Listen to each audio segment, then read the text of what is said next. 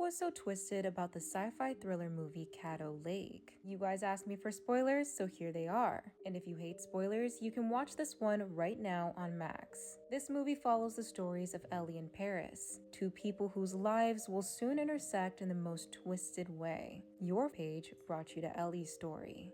Ellie is a teenager living with her mother Celeste, stepfather Daniel, and 8-year-old stepsister Anna Bennett, and they're all living near this place called CADDO Lake. Arguments between Ellie and her parents have become a routine. One of these moments happens one night at a family dinner. Ellie privately asks her mother for permission to graduate early. All she needs is her mother's signature and her father's death certificate. Considering that he disappeared all those years ago, it shouldn't be a problem. But her mother Celeste refuses to hand over the certificate, insisting that her stepfather Daniel can sign the paper as her father instead. This only infuriates Ellie because, as she said multiple times, he is not her family. Daniel is not her father. Angry over this argument that happened with her mother, Ellie decides to take it upon herself to sneak in her mother's bedroom and find the certificate herself. Anna, being the typical younger sister, follows her, showing Ellie this cool necklace that she found inside of Celeste's jewelry box before tying it around her neck. But seconds later, they're caught when Daniel and Celeste walk through the door. An argument breaks out between them and Ellie, leading her to storm out of the house despite Anna's pleas for her to stay. Daniel follows her out and tries to calm her down, but Ellie just brushes him off. She takes the boat onto CADDO Lake heading towards her friend's house, but then something really strange happens. Her boat gets stuck in the shallow waters. Moments later, she hears this loud banging sound and then turns to see a pack of wolves standing in the distance. And this is something that isn't common at all. Ellie ends up making it to her friend's house and telling her about the weird things she experienced. But in the end, they shrug it off and just go to bed. The next morning, Ellie wakes up to find some devastating news. Anna is missing. You see, the night that Ellie left, Anna decided to take another boat on the water to follow her, but something went horribly wrong. So Ellie rushes home and finds her mother and Daniel in this huge panic. She docks and ties up her boat and runs inside to help. Daniel, wanting to get out on the water, asks where the boat is. She says she docked it outside, and that's where he says that the boat is gone. But how could this be possible if she literally just tied it up? Sometime later, the police arrived, and at first the search seems productive. But that's when tensions begin to rise when the sheriff brings up Celeste's history with Child Protective Services, hinting that she has had issues before, especially with the case of Ellie. With this added layer of suspicion, the search becomes even more tense. But then, that night, they find Anna's boat. But Ellie realizes that Anna's life jacket is missing.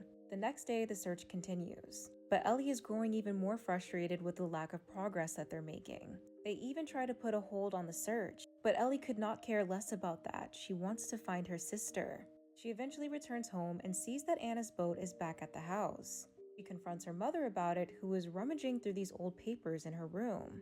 Celeste explains that the deputy is the reason why it's back. That's when their conversation quickly shifts to another painful topic. Now they're talking about Ellie's father. Ellie tries to bring up his disappearance when her mother interrupts her, saying that he never disappeared. She found out years ago when Ellie was a baby that he left them for another woman. Celeste tells Ellie that she even saw this woman when Ellie was a baby. And crazy enough, this woman even attacked her. Celeste fought back, ultimately injuring her. And as the woman ran away, she begged her to tell him about their daughter. But clearly, he never returned. Ellie is stunned and hurt by this revelation. And in her frustration, she decides to take matters into her own hands. She heads out on the lake to go find Anna herself.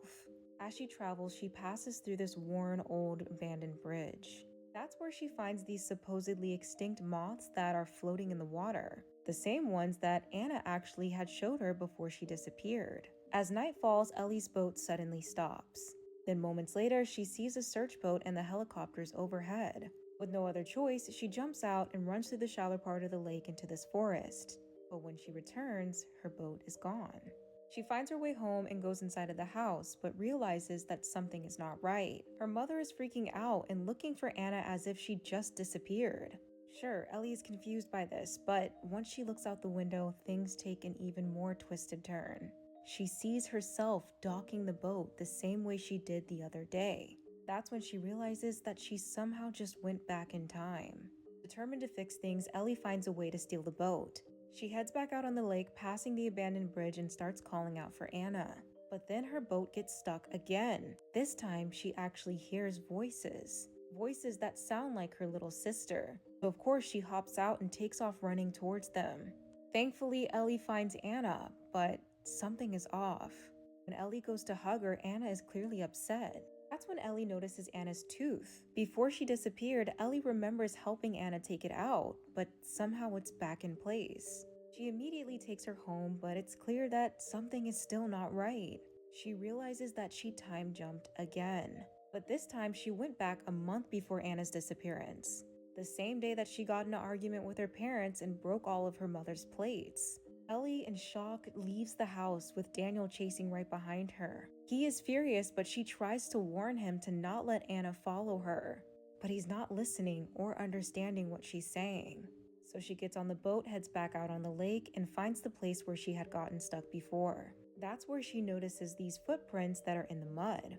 As she follows them, she continues to jump through these portals of time. Then all of a sudden, she hears her phone ringing. She chases the sound through portals and eventually finds it. At the same time, she sees this swarm of moths flying out of nowhere. She answers the phone and tells Daniel where she is before the line goes dead.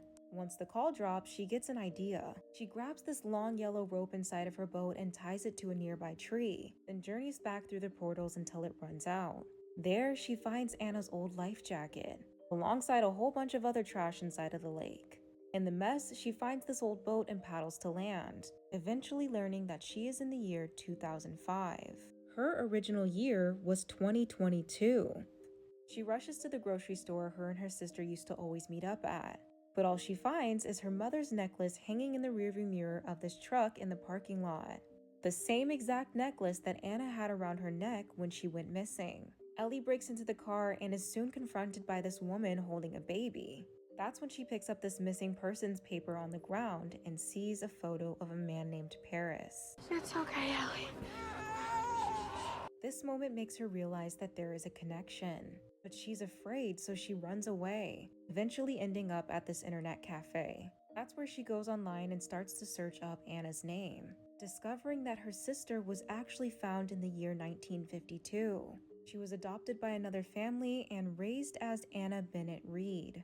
She became a teacher, got married to this man named Benjamin Lang, and eventually changed her name to Anna Lang. Then shortly after, they had a son named Paris, the same exact man that was on that missing persons flyer.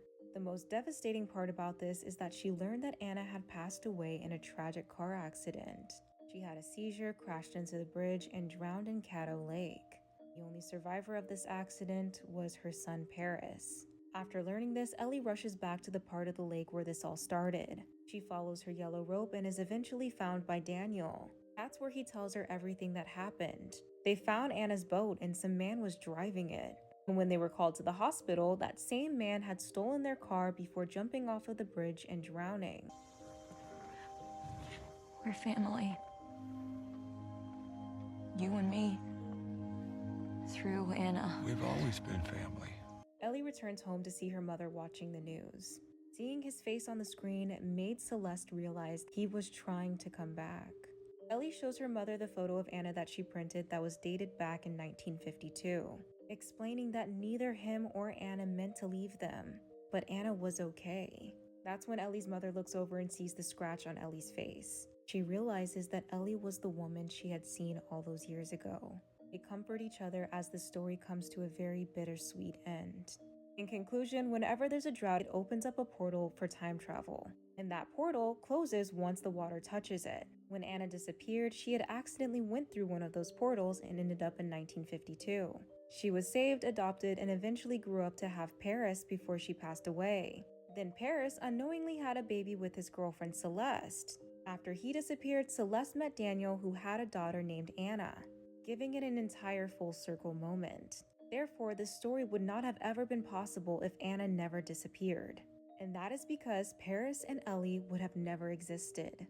Insanity. Make sure you check out the comment section to find Paris's story. It is going to fill in so many blanks, and I want to see if you can find all the times that their stories were connected. On your way there, I want to know your thoughts and theories so far, so let me know in the comment section.